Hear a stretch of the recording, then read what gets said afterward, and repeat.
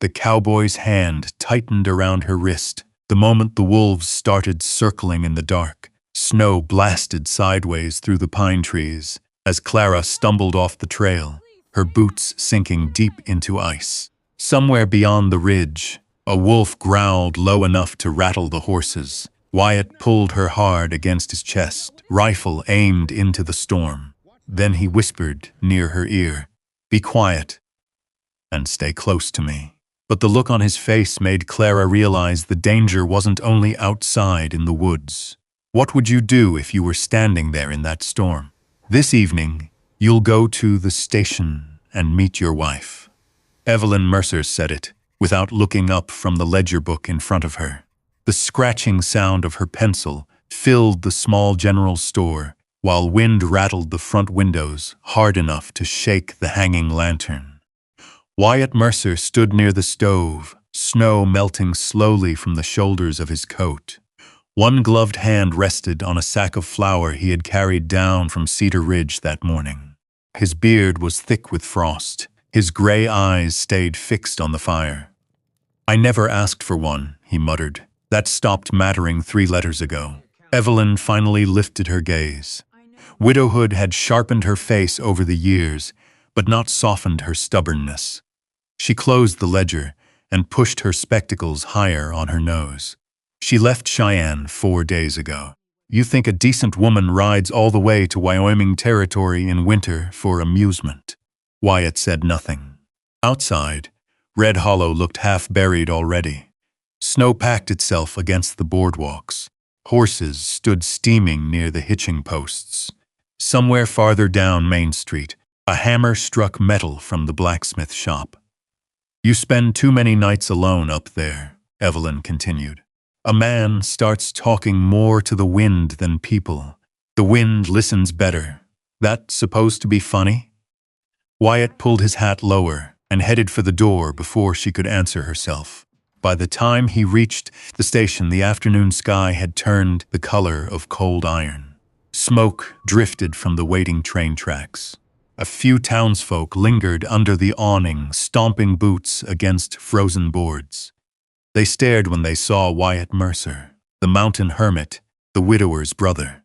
The man who only came down from Cedar Ridge when supplies ran low or winter threatened to bury him alive. Wyatt ignored them all. Then the train whistle sounded. Steam rolled across the platform as the engine groaned to a stop. Doors opened. Passengers stepped down into the bitter Wyoming wind one after another. A ranch hand with a broken suitcase. An old preacher clutching his Bible beneath his coat. A nervous couple carrying a sleeping child. Wyatt almost convinced himself Evelyn had made some mistake. Then he saw her. She stepped down carefully, one gloved hand holding the rail beside the train door. Her coat was dark brown wool, worn pale at the sleeves from travel. Snowflakes clung to the loose strands of black hair near her cheek, but it was her eyes that stopped him. Green, sharp and steady, not frightened, not uncertain. The station grew quieter. Clara Bennett adjusted the strap of a weathered leather satchel and looked directly at him like she had known exactly which man was Wyatt Mercer before he even moved. A murmur passed through the crowd. Wyatt heard pieces of it. "She's colored. That's the Mercer fellow? Lord above." Clara seemed to hear it too. She simply kept walking. When she stopped in front of him, neither spoke for a moment. Steam drifted between them from the engine behind her. "You're Wyatt Mercer," she said finally. Her voice carried calmness, but not softness. Wyatt nodded once. "You came alone?" "Yes." Another silence stretched. Then Clara gave the smallest glance toward the mountains beyond town. "So that's where I'm headed. Not nervous, not hopeful either, just tired." Wyatt reached for her satchel out of habit more than courtesy. Clara held on to it a second longer before letting go. "It's heavier than it looks," she said. "I noticed." He led her toward the wagon, without another word. Behind them, whispers followed like loose paper in the wind. The road up Cedar Ridge grew worse after sunset. Snow had started again by the time they left Red Hollow behind. Pine trees crowded both sides of the narrow trail. Ice glazed the wagon ruts silver beneath moonlight. Clara sat wrapped tightly in her coat beside him, one hand gripping the edge of the seat whenever the wagon lurched over frozen ground. Wyatt kept his attention on the horses. "You always this quiet?" Clara asked, after nearly an hour. "Yes, that's your way of warning me." He glanced sideways. "You can still turn back when we reach town again." "I didn't ride 800 miles to quit in the dark." Something about the answer stayed with him. The wind rose harder as they climbed higher. Snow swept sideways across the trail. Then suddenly the left wagon wheel slid too close to the edge. The horses jerked. Clara lost balance instantly. Wyatt caught her before she pitched sideways into the darkness below. One rough arm locked around her waist. Her shoulder struck hard against his chest. The wagon rocked dangerously before settling again. For one breath, neither moved. He could feel how cold her hands were even through the gloves. Clara looked up first, close enough now for him to see the exhaustion beneath her sharp eyes. "You can let go," she said quietly. Wyatt released her at once and tightened the reins. Neither mentioned it again. By the time they reached the cabin, night had swallowed Cedar Ridge whole. The house stood alone beneath towering pines. Smoke drifted from the chimney into the storm-dark sky. Snow covered the roof thick as wool. Wyatt pushed open the door. Warm firelight spilled across rough plank floors. Deer pelts hung near the stone hearth. Rifles lined the wall above a narrow table scarred with years of knife marks. Everything smelled faintly of cedar smoke, leather, and black coffee. Clara stepped inside slowly. Her boots creaked softly against the floorboards. Wyatt set her satchel near the hearth while she looked around the cabin without speaking. At the back of the room hung a faded canvas curtain separating the single bed from the rest of the house. No curtains on the windows, no flowers, no softness anywhere, only survival. The fire cracked loudly between them. Then Clara spoke at last. "A man can sleep here." Her eyes moved across the empty walls. "But no one can live here." Wyatt removed his gloves slowly. Usually words like that would have angered him. Tonight they only stayed with him. Clara moved closer to the fire, rubbing warmth back into her hands. Firelight softened the weariness in her face, but not the strength. Wyatt found himself watching her longer than he intended. Outside, wind pushed hard against the cabin walls. Inside, for the first time in years, the silence felt different. And long after Clara disappeared behind the curtain to sleep, Wyatt Mercer lay awake beside the dying fire, staring at the ceiling beams above him, listening to the sound of another person breathing beneath his roof. Morning came gray and cold. Wind pushed snow against the cabin windows while pale light crept across the floorboards. Wyatt woke to a smell he did not recognize at first. Butter, coffee, something frying on the stove. He pushed himself upright from the blanket near the hearth and stopped. Clara stood beside the iron stove in a faded blue dress with her sleeves rolled to the elbows. Steam curled around her as she flipped cakes in a cast-iron pan. Her dark hair was pinned loosely now, a few strands falling near her cheek, and his coffee tin sat on the wrong shelf. Wyatt stared at it. For 8 years it had stayed beside the salt sack near the window. Now it rested beside the stove. Clara glanced over her shoulder without surprise. "You keep reaching too far for it," she said. "Makes no sense having coffee clear across the room." Wyatt rubbed one rough hand over his jaw. "It was fine where it was. It still works from this shelf too." The answer came calm and easy, that somehow bothered him more. He stood and crossed the room slowly, boots creaking against the floor. The cabin looked different already. A blanket had been folded neatly over the chair near the fire. His dirty plates from the night before were gone. The window above the table stood cracked open an inch despite the cold, letting fresh air push out the heavy smell of smoke. Wyatt poured coffee into a tin cup. It tasted smoother than usual. He hated noticing that. Clara set a plate in front of him. Fried cakes, eggs, a strip of salt pork crisped at the edges. You cook every morning like this? He asked. If there's flour enough, you don't have to. No, Clara said quietly. I suppose I don't. That shut him up faster than he expected. They ate mostly in silence. But it wasn't the same silence as before. This one carried movement beneath it, small sounds, her spoon against the plate, the wind outside, the soft crackle of the stove.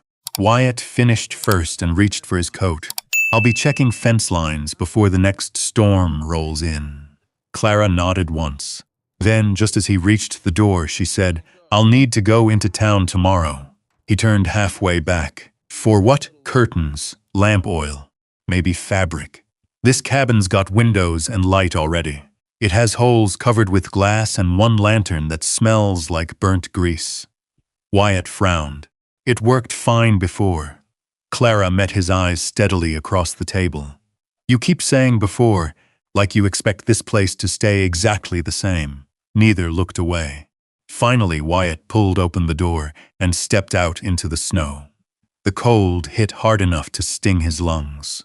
Still, halfway to the stable, he caught himself glancing back toward the cabin window. Clara stood inside, moving around the kitchen. Small motions, straightening things, bringing warmth where there hadn't been any. It unsettled him worse than loneliness ever had. The next afternoon they rode down into Red Hollow together, beneath a low sky, heavy with snow. Clara wore the same brown coat from Cheyenne, with a dark wool scarf wrapped close around her throat. Wyatt drove the wagon in silence while townsfolk stared openly when they rolled past the church and stopped near Miller's General Goods. Conversations slowed as they entered. The old shop smelled of tobacco, kerosene, and wool blankets damp from winter weather. Mrs. Miller greeted Wyatt first. Then her eyes shifted toward Clara. Polite smile, careful distance. Afternoon, she said. Clara returned the greeting evenly and moved toward the fabric shelves. Wyatt noticed how people watched her without pretending not to. Two ranch hands near the stove lowered their voices. A woman near the counter whispered something behind her glove. Then the front door opened. Harland Crow stepped inside, shaking snow from his hat. Tall, broad, expensive coat lined with fur, the kind of man who smiled without warmth. Well now, Harland said. Mercer finally came down from the mountain. Wyatt's jaw tightened instantly. Harland's eyes slid toward Clara. This must be the lady from Kansas. Cheyenne? Clara corrected calmly. Harland smiled wider. My mistake. Something in the way he said it made the room colder. He leaned one elbow against the counter. Funny thing about small towns, he said lightly. Stories travel quicker than trains. Wyatt stepped between them before Clara answered. We're here for supplies. Harland looked amused, didn't say otherwise. But as Wyatt walked toward the register, he caught the glance Harland gave Clara. Not curiosity, recognition. And that troubled him more than he wanted to admit. By the time they left town, snow had started falling hard again. Pine branches bent low beneath the wind as the wagon climbed back toward Cedar Ridge. Darkness settled early beneath the trees. Then, somewhere high along the ridge came the sound. A wolf. Long. Hollow. Close enough to raise the horses' heads. Clara stiffened beside him. Another howl answered deeper in the woods. The horses jerked nervously. Easy, Wyatt muttered, tightening the reins. Snow swept sideways across the trail now, thick enough to blur the road ahead. Then suddenly Clara slipped while climbing down to clear a fallen branch from the wheel. Her boot lost traction on the ice. She disappeared sideways into the drifting snow. Clara! Wyatt jumped down instantly. Another wolf call echoed through the trees. Closer this time. He found her half hidden beside the wagon, struggling to stand against the wind. Without thinking, Wyatt grabbed her arm and pulled her hard against his chest, one hand reaching automatically for the rifle slung behind the seat. Be quiet, he said low, eyes searching the dark timber. And stay close to me. Clara's breathing shook once against his coat, but for the first time since arriving on Cedar Ridge, she did not pull away. Wyatt kept the rifle raised toward the dark timber beyond the trail. Snow blew hard across his face, sharp as thrown sand. Somewhere between the trees, another low howl rolled through the mountain. Closer now. The horses stamped nervously beside the wagon. "Move," Wyatt said quietly. His hand stayed firm against Clara's back as he guided her toward the seat. She climbed in without argument this time, fingers tight around the wool blanket beside her. The rest of the ride passed beneath heavy silence. Only when the cabin finally appeared, through the storm, did Wyatt feel his shoulders loosen. Inside, warmth rushed over them the moment the door shut. Clara removed her gloves slowly, flexing stiff fingers near the fire. Snow melted from the edge of her dark hair onto the floorboards. Wyatt hung the rifle beside the door. "You all right?" he asked before he could stop himself. Clara glanced at him in surprise, like she hadn't expected concern from him at all. "I've been colder," she answered softly. He nodded once and crouched beside the stove to add wood. Behind him, he heard her moving quietly through the cabin. Tin cups, folded fabric, the soft scrape of a chair against the floor. Strange how quickly another person's movements could settle into a place. That night, the storm worsened. Wind slammed the cabin walls hard enough to rattle the lantern hanging near the window. Snow buried the porch knee-deep before midnight. Wyatt slept lightly near the fire, one boot still on, like always during bad weather. Then came pounding at the door. Not wind, a fist, fast, desperate. Wyatt reached for the rifle instantly and pulled open the door. A man stumbled inside, half covered in snow. Ben Turner, the shepherd from the North Ridge. His face looked gray beneath the frost. "It's Eli," he gasped. "He's gone." Clara was already awake behind the curtain. "What happened?" she asked. Ben dragged shaking hands through wet hair. "He went looking for one of the sheep before dark. Didn't come back." His voice cracked. "I found tracks near Miller's Lake. Ice gave way out there earlier this week." Wyatt swore under his breath. Outside, the storm screamed across Cedar Ridge. "We'll never see 10 feet ahead," he said. "But the boy's still out there," Clara answered. She was already reaching for the worn leather satchel she kept beside the bed. Wyatt stared at her. "You know what this weather can do?" "Yes, and you're still going." Clara met his eyes while wrapping a scarf around her throat. A child freezing alone doesn't stop freezing because the weather's inconvenient. No drama in the words, just truth. 10 minutes later, they rode into the storm. Snow lashed sideways through the pine trees. Wyatt rode ahead with the lantern, while Clara followed close beside Ben Turner. Ice cracked beneath the horses' hooves near the edge of Miller's Lake. "Tracks!" Ben shouted suddenly. Small boot prints disappeared toward the frozen shoreline. Then Wyatt spotted something dark, half buried beside the reeds. The boy.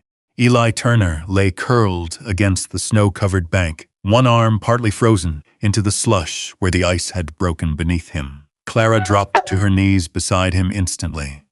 "He's alive," she said. "Barely." Wyatt lifted the child carefully into his arms. Eli's body felt terrifyingly light beneath the soaked coat. The ride back nearly blinded them all. By the time they reached the Turner cabin, Wyatt's gloves had frozen stiff around the reins. Inside, Clara took command without hesitation.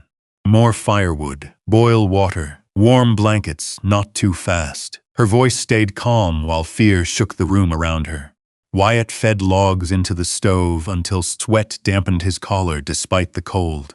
He sat with Eli wrapped against his chest while Clara pressed warm cloths against the boy's hands and feet.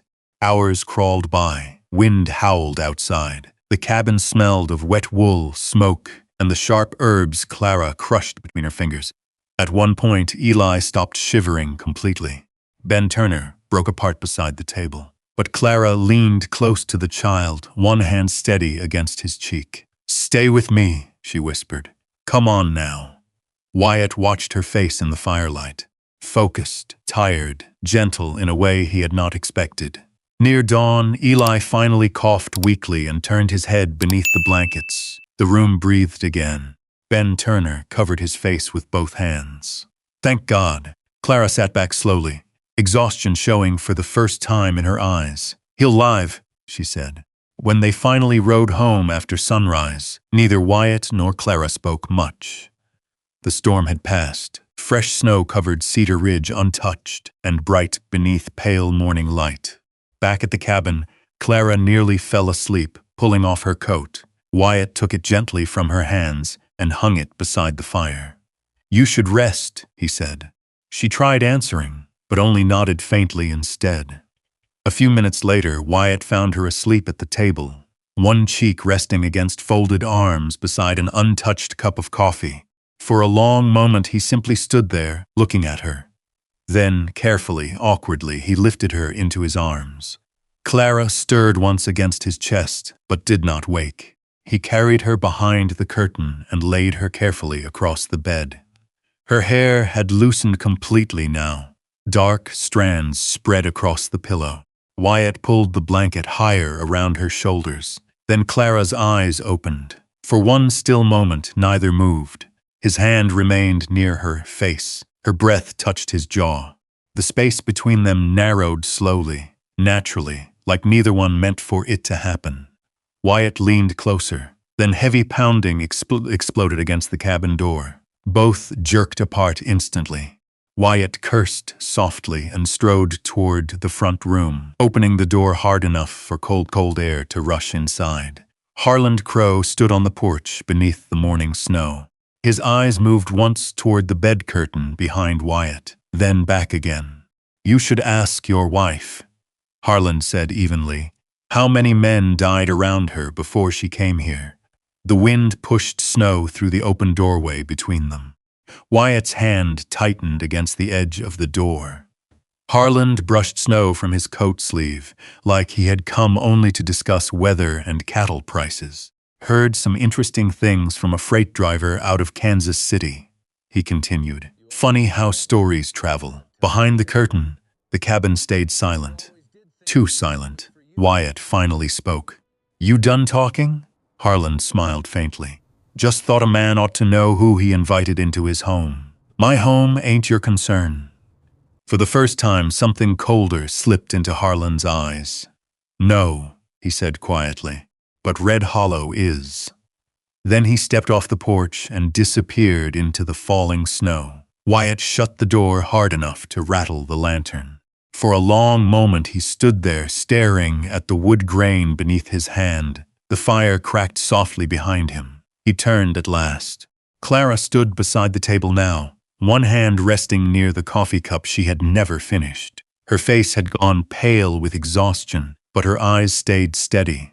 "You can ask," she said. Wyatt looked at her. He wanted to. The question sat there between them, thick as smoke. But something in her expression stopped him. Not fear, not guilt, weariness, the kind a person carried too long. Instead, Wyatt crossed the room, picked up another log, and fed it into the fire.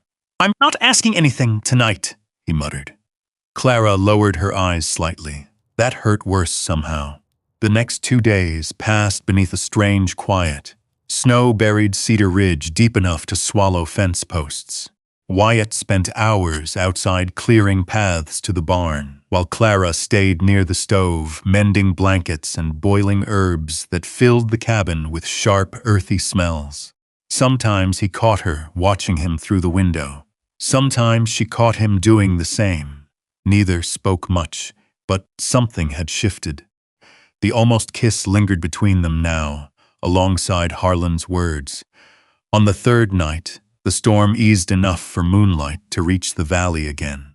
Wyatt returned from the stable carrying frozen firewood against his shoulder and stopped when he saw Clara sitting alone beside the hearth. No sewing in her hands tonight, no book, only silence. She looked smaller somehow in the dim light. Without turning toward him, she said quietly, "His name was Walter Grayson." Wyatt set the wood down slowly. Clara kept her eyes on the fire. He owned a ranch outside Abilene.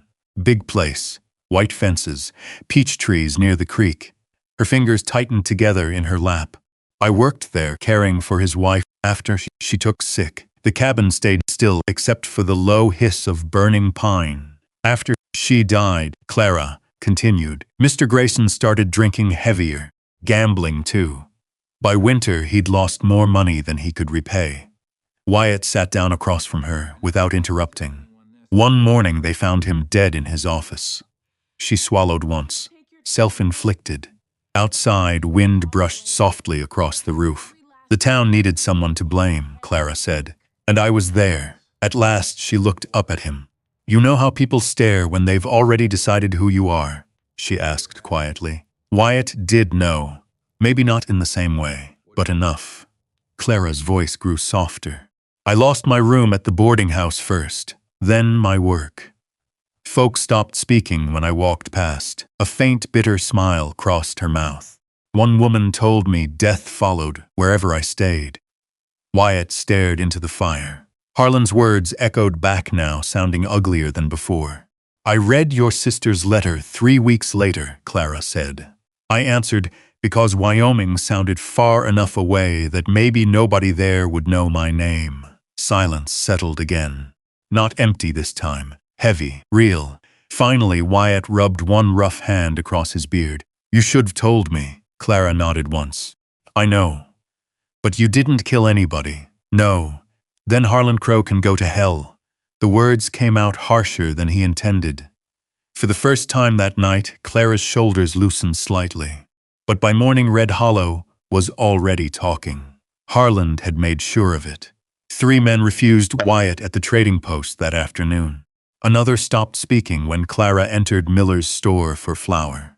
By evening, whispers followed them openly through town. The cursed woman.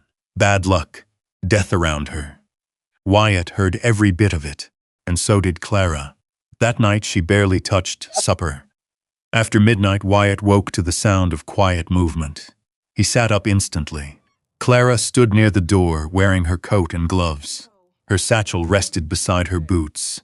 Snow swirled outside through the cracks around the frame. You leaving? Wyatt asked roughly. Clara froze. For a moment she said nothing. Then, it'll get worse if I stay. Wyatt stood slowly from beside the fire. The town already hated me before you got here.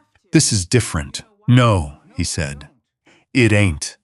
Clara's eyes glistened in the lantern light, though she held herself steady. You don't deserve this because of me. Wyatt crossed the room before she could reach the door. Outside, wind slammed against the cabin walls. Inside, neither seems able to breathe right. Finally, Wyatt spoke again, voice lower now. Don't leave this mountain. Clara looked at him then. Really looked. And Wyatt felt every wall inside himself splitting apart. He swallowed hard. Don't leave me alone again. The words hung there between them, raw and unfinished. Clara's mouth trembled once. Then suddenly tears slipped down her face faster than she could hide them. Not loud crying, not dramatic. Just years of hurt, finally breaking loose in the quiet of a snowbound cabin. Wyatt stood helpless for one long second before carefully taking her satchel from her hand and setting it back beside the table. Clara didn't stop him. And when she finally leaned against his chest, trembling from more than cold, Wyatt wrapped both arms around her, like he was afraid the storm outside might still steal her away. The fire burned low behind them. For a long time, neither spoke. Wyatt could feel the slow, unsteady rhythm of her breathing against his shirt. One of Clara's hands rested lightly against his coat, uncertain at first, then holding on tighter little by little. Outside, wind swept across Cedar Ridge. Inside, something quieter settled between them. By morning, the storm had passed. Sunlight spilled across the snow in blinding silver streaks. Smoke curled steady from the cabin chimney, while Wyatt stood outside near the corral breaking ice from the water trough with the back of an axe. The world looked different after a hard storm. Cleaner, somehow. Clara opened the cabin door carrying 2 tin cups of coffee.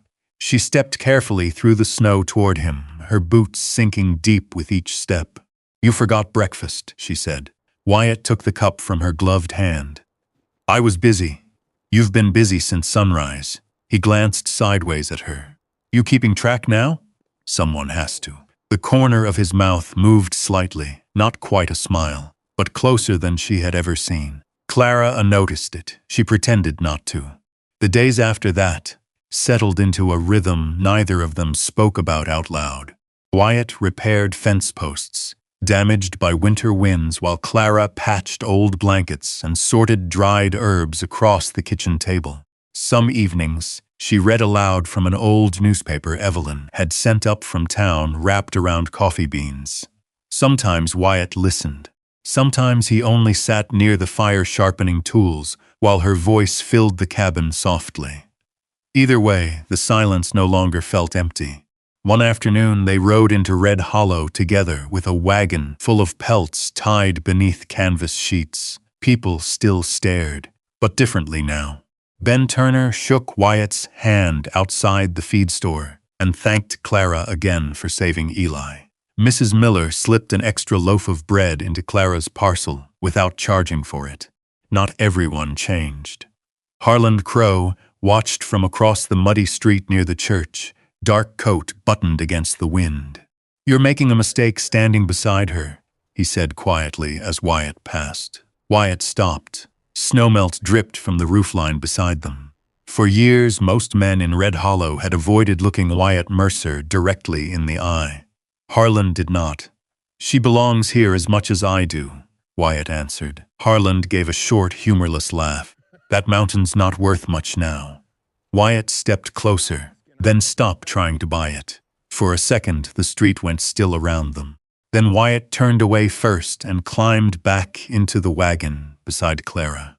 Neither spoke until Red Hollow disappeared behind them. Only then did Clara glance toward him. "You didn't have to do that." "Yes," Wyatt said simply. "I did." The wind lifted strands of her hair loose beneath her hat. Clara looked down at her gloved hands after that, though Wyatt noticed the faint color warming her cheeks despite the cold. Winter slowly loosened its grip on Cedar Ridge. Snow shrank back from the fence lines first. Then patches of grass appeared beneath the pines. The creek behind the cabin broke apart with loud cracking sounds each afternoon beneath the warmer sun. Life returned little by little, so did laughter. One evening Clara burned biscuits badly enough to smoke the whole cabin. Wyatt opened both windows while she stood near the stove fanning smoke with a towel and muttering under her breath. "You trying to poison me?" he asked. Clara stared at him. Then unexpectedly, Wyatt laughed. A rough, rusty sound like something unused too long. It startled both of them. Clara leaned against the table laughing too before she could stop herself. Later that night, they sat close together beneath one wool blanket near the fire while rain tapped softly against the roof instead of snow. Clara rested her head against Wyatt's shoulder. Neither seemed in a hurry to move. "You still think nobody can live here?" Wyatt asked quietly. Clara smiled against his coat. "No," she whispered. "I think somebody just forgot how." By early spring, people from neighboring ranches started riding up Cedar Ridge asking for Clara's help, with fevers, burns, coughs, and broken fingers. She never turned anyone away. Wyatt watched her move through the cabin with calm, steady hands and realized the place no longer belonged only to him. And strangely, he no longer wanted it to. One cold morning near the end of March, Clara stood alone on the porch after Wyatt rode out to check the lower pasture. She pressed one hand lightly against her stomach. Still, thinking.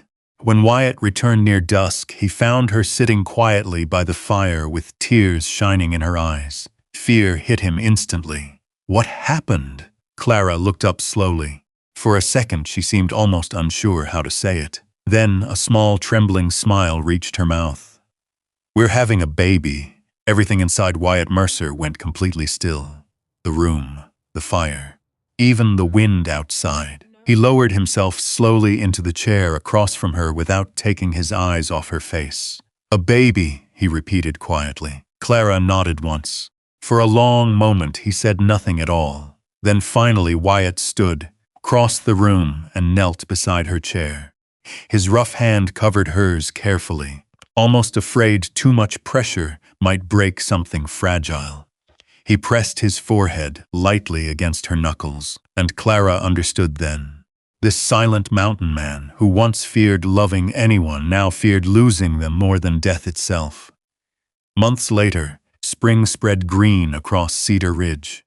Grass rolled soft through the valley below the cabin. Horses grazed near the creek, while sunlight warmed the porch steps where winter snow had once buried everything in white silence. Wyatt stood beside the fence, holding his infant son against his chest beneath a small wool blanket. The baby slept peacefully. Behind him, the cabin door opened. Clara stepped outside carrying the patchwork quilt she had sewn during the long winter nights. Wind lifted her dark hair softly around her face. Wyatt looked toward the cabin. Once it had held only smoke, loneliness, and a man waiting for nothing. Now there was coffee brewing inside. Laughter. Tiny socks drying near the stove. A woman waiting for him at supper. A family. He glanced down at the child in his arms before looking back toward the mountain horizon, glowing gold beneath the setting sun. "Guess this mountain finally sounds alive," he murmured. And for the first time in many years, Cedar Ridge no longer felt lonely at all. Maybe that's why this story stays with people long after the fire burns low. Because deep down, most folks know what it feels like to carry silence around too long, to build walls so high that even kindness starts to feel unfamiliar. Wyatt thought loneliness kept a man safe. Clara thought running far enough could bury the pain people left on her shoulders. But somewhere between the winter storms, the coffee cups, the long, quiet nights, and two people learning to trust again, they found something neither one expected. Not perfection, just someone willing to stay. And maybe that's what healing really looks like sometimes. Not grand speeches, not miracles. Just a hand reaching for yours in the cold and refusing to let go. If you had been standing on that mountain, if you had spent years believing nobody would ever choose you, would you have opened the cabin door too? Leave a comment and tell me where you're listening from tonight. And if stories like this still mean something to you, stories about second chances, worn-out hearts, and people finding home in each other when they least expect it, then stay close a while longer. There are plenty more waiting just beyond the next trail.